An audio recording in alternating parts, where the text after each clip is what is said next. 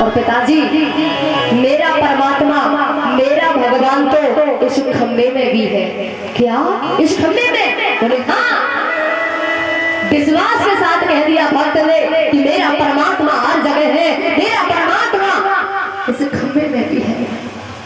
क्रोध में, गुस्से में हिरण्यकश्यप ने गदा खम्भे में मारी, धड़ धड़ की आवाज हुई है और महाराज नरसिंह भगवान प्रकट हो गए।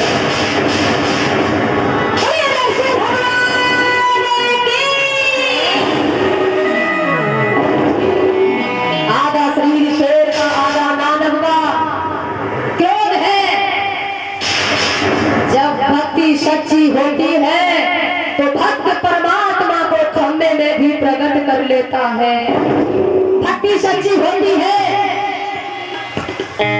तो वो कहीं भी कभी भी परमात्मा को पा सकता है। जैसे भक्त ने, प्रहलाद ने खम्भे में परमात्मा को प्रकट कर लिया। भगवान ने देरी नहीं की, हिरण्यकश्यप को पकड़ लिया। इसके वरदान क्या थे? न नीचे न ऊपर, तो जंघों पर रख लिया, घुटनों पर रख लिया। न बाहर न भीतर, महाराज न बाहर न भीतर, देहरी पर रख लिया। दिन में न रात में, न दिन है न रात है, समय शाम का बड़ा सुहावना है। न नर से न पशु से, न तो नर है न पशु है। न अस्त्र से न शस्त्र से, न अस्त्र है न शस्त्र है, न खून है। जितने वरदान थे सभी वरदानों से विपरीत होकर महाराज, और महीना कौन सा था? 13वां लौंड का महीना। लौंड के महीने की घटना है ये। लौंड का महीना महाराज वरदानों से विपरीत नाखूनों के द्वारा आज नरसिंह भगवान ने हिरण्यकश्यप को मार दिया है। बोलिए नरसिंह भगवान की जय। अत्याचारी मना है, दुराचारी मना है, इसलिए जयकारा जोर से लगना चाहिए। वैसे जयकारे में दम नहीं, और हम किसी से जोर से जयकारा लगाएंगे।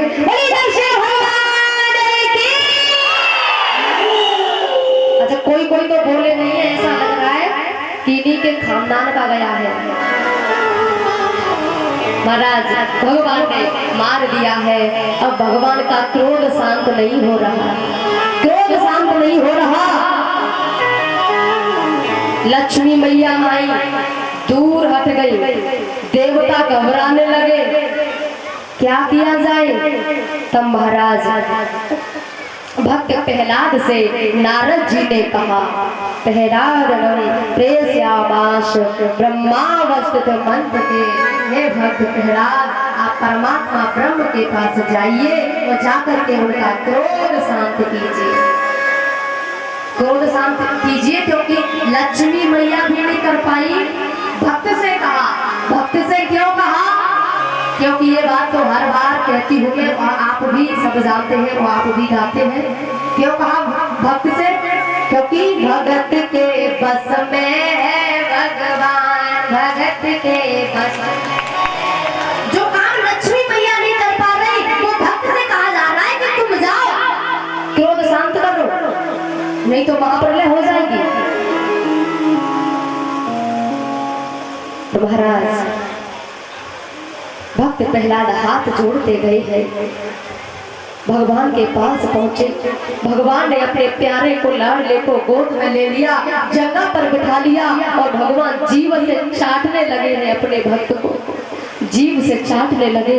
बेटा मुझे क्षमा कर दे, मैंने इतने कष्ट दिए तुझे, इतनी उम्र में, छोटी सी अवस्था में तूने इतने कष्ट झेले, तू अपनी परीक्षा में सफल हुआ बेटा, इतने कष्ट, इतने दुख तूने सहे, मैं बहुत प्रसन्न हूँ। तेरे जैसा भक्त कहाँ मिलेगा मुझे, वरदान मांग ले बेटा, तुझे क्या चाहिए? हाथ जोड़ के प्रहलाद ने कहा, देना चाहते हो भगवान तो छोटा सा वरदान दे दो, मेरे पिताजी को सदगति दे दो। बोले मेरे हाथों से मारा गया है, सदगति तो उसे वैसे ही मिल गई, अपने लिए कुछ मांग ले, मेरे लिए तो मुझे अनन्य भक्ति और आपसे अनन्य प्रेम हो जाए, बस ये वरदान दे दो। क्योंकि भक्त संसार की वस्तु नहीं मांगता भैया, भक्त तो हमेशा भगवान को ही मांगता है। भगवान से अनन्य प्रेम हो जाए, भक्ति करूं जन्मों जन्मों तक तेरा नाम लूं, तेरा स्मरण बना रहे, कभी तेरा नाम नहीं भूलूं, कैसी भी स्थिति में रहूं लेकिन तेरा नाम लूं, तेरा ही गुणगान गाऊं, ऐसी कृपा करना भगवान। संसार की कोई वस्तु नहीं मांगता है, सच्चा भक्त अगर होगा तो। महाराज सच्चा भक्त तो भगवान को ही मांगता है, भगवान की भक्ति को ही मांगता है।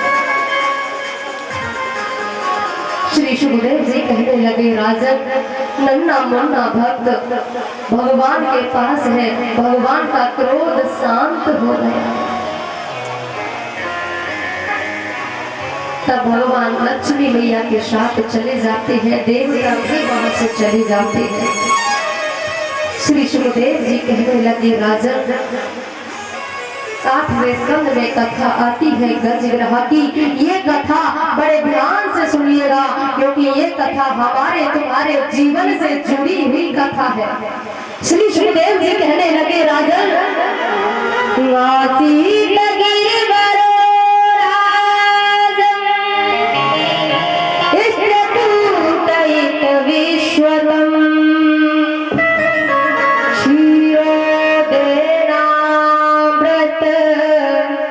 श्रीमान्यो जनायुतम मुक्षिता। एक त्रिकूट नाम का पर्वत था और उस पर्वत पर एक हाथी अपने परिवार के साथ मस्त रहता था। कहते हैं इसकी 50 पत्नी थी, नाती बेटा सब थे, मस्त रहता था। पास में ही सरोवर था। एक दिन हाथी परिवार के साथ सरोवर स्नान करने गया। थोड़ा इसे अभिमान था, मेरा इतना परिवार। और महाराज जब गया स्नान करने लगा, मस्त हो गया। कभी कभी बच्चे सूर यानी जब स्नान कर रहे हैं तो मस्त हो गए हैं, सूर से पानी भरते हैं, पीठ पर डालते हैं, एक दूसरे के पर मस्त हो गए। और इतने मस्त हो गए, भूल गए सब कुछ।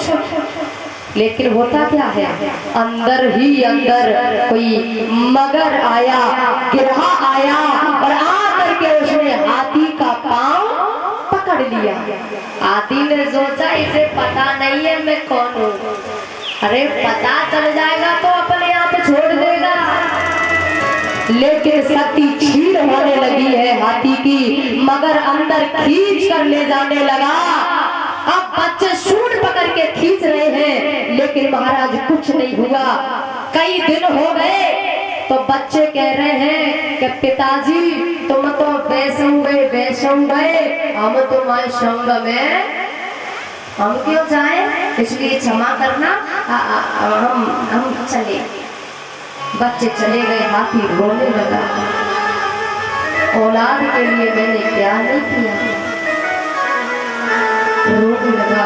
पत्नी रही 2-4 दिन तक, अब वो भी बोली कि अब क्या करें हम, हमारे बस की बात नहीं है, अब कृपा करो हमारे पर, हमें भी जाने की आज्ञा दो।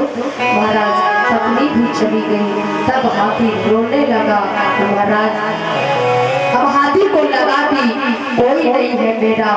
तब आज हाथी ने परमात्मा को याद किया है। ओम नमो भगवते तस्मै चित्तदात्मकं पुरुषाय दिवीजाय परेशाय धीमहि।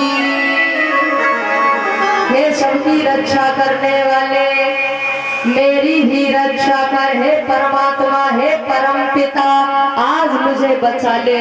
आज रो रो करके हाथी बुलाने लगा है, पुकारने लगा है। रोई रोई गजराज पुकारी रहो, प्रभु सुन ले हो तेरा हमारी।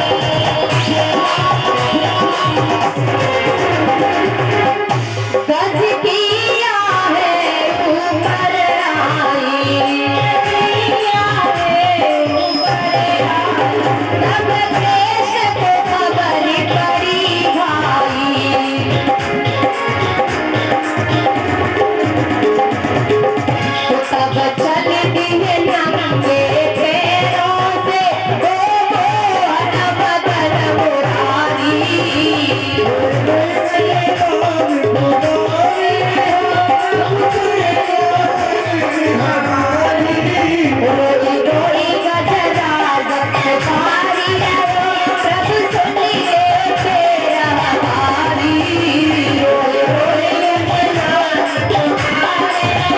प्रभु सुन ले तेरा हमारी रोई रोई गजरा जगतारी प्रभु सुन ले तेरा हमारी रोई रोई गजरा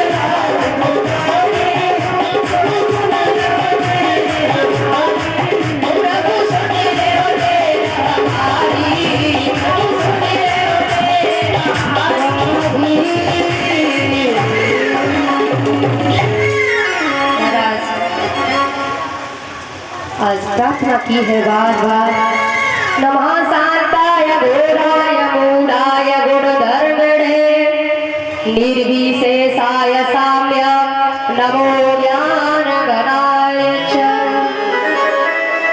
मैं कुछ नहीं जानता हूँ, हे भगवान हे परमात्मा कर मेरी रक्षा करो। बार बार पुकारा है, परमात्मा ने देरी नहीं की, भगवान आए हैं, आकर के गिरहा यानी मगर को मार दिया और हाथी को बचा लिया है।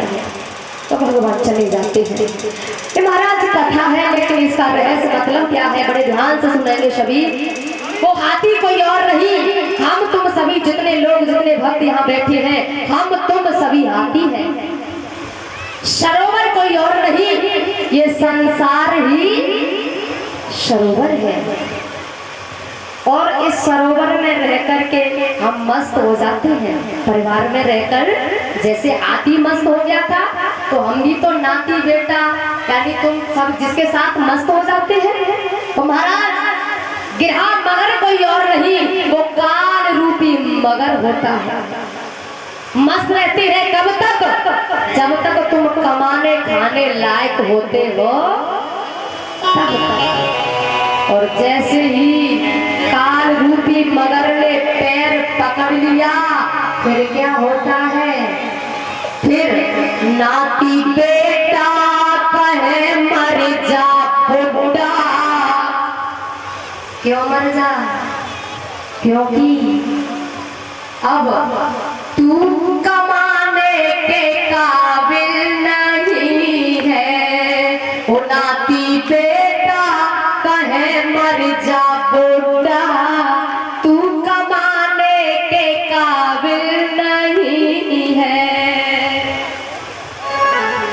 क्योंकि अब कमाने लायक नहीं रहा। काल रूपी मगर ने पैर पकड़ा और बुड्ढा चारपाई पर गिर गया। ईमानदारी से पूछा जाए, जो 60 साल से ऊपर के हैं, मतलब 60 साल वो पार कर गए हैं, ईमानदारी से पूछा जाए क्या परेशानी है, तो एक ही बात कहते हैं, और तो सब ठीक ठाक है, पर घोटू के नीचे काम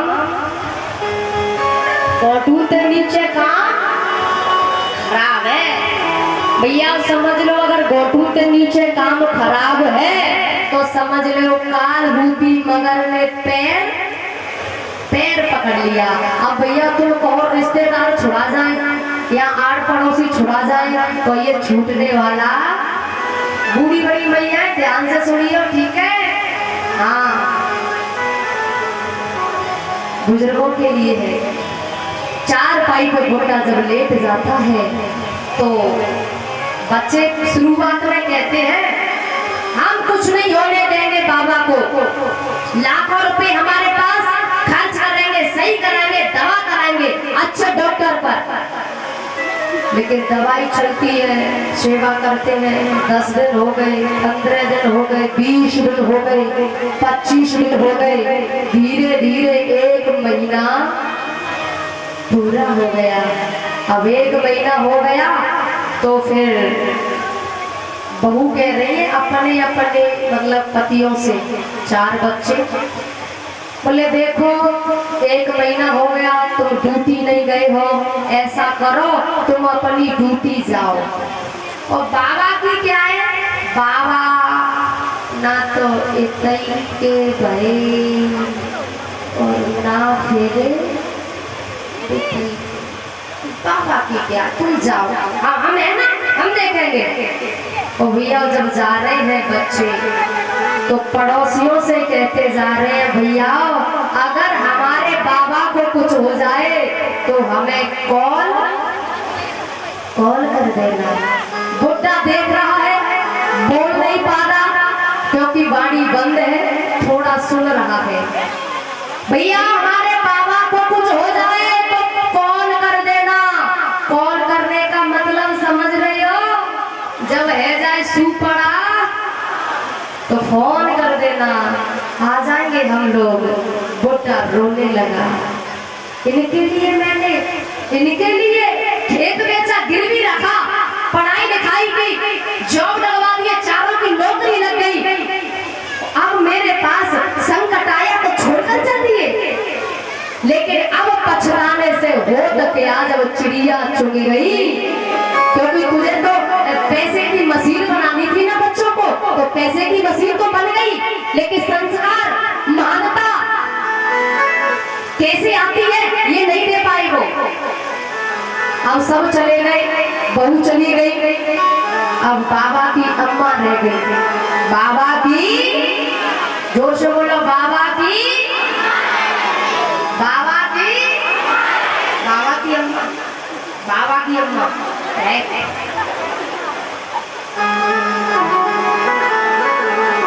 बच्चों की अम्माएं बाबा की अम्मा थोड़े हैं। बाबा की तो मतलब बे, बाबा की, हाँ बे, बाबा की अम्मा नहीं है, मतलब बाबा की बे, बच्चों की अम्मा। अब वो कह रही है देखो तुम ऐसी हालत में, क्या बताएं। अब देखो हमें तो यही नाती बेटा यही सब ये रहना है, खिलाने हैं, इसलिए अब कोई जरूरत पड़े तो बुलाई लियो। हाँ अब बेचारा बोल नहीं पा रहा है और वो कह रही है कि बुलाइए। चली गई, रोने लगा। दुनिया वालों से बैठे लगा दिल, अपने प्रभु को हृदय से भुलाया।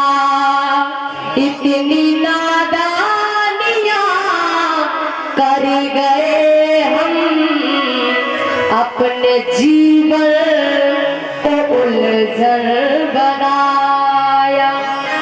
यूं हजारों मिले जिंदगी में, लेकिन वक्त पर सबने किया किनारा। ऐसी दुनिया समझ जब आई, टूट कर रो पड़ा दिल हमारा।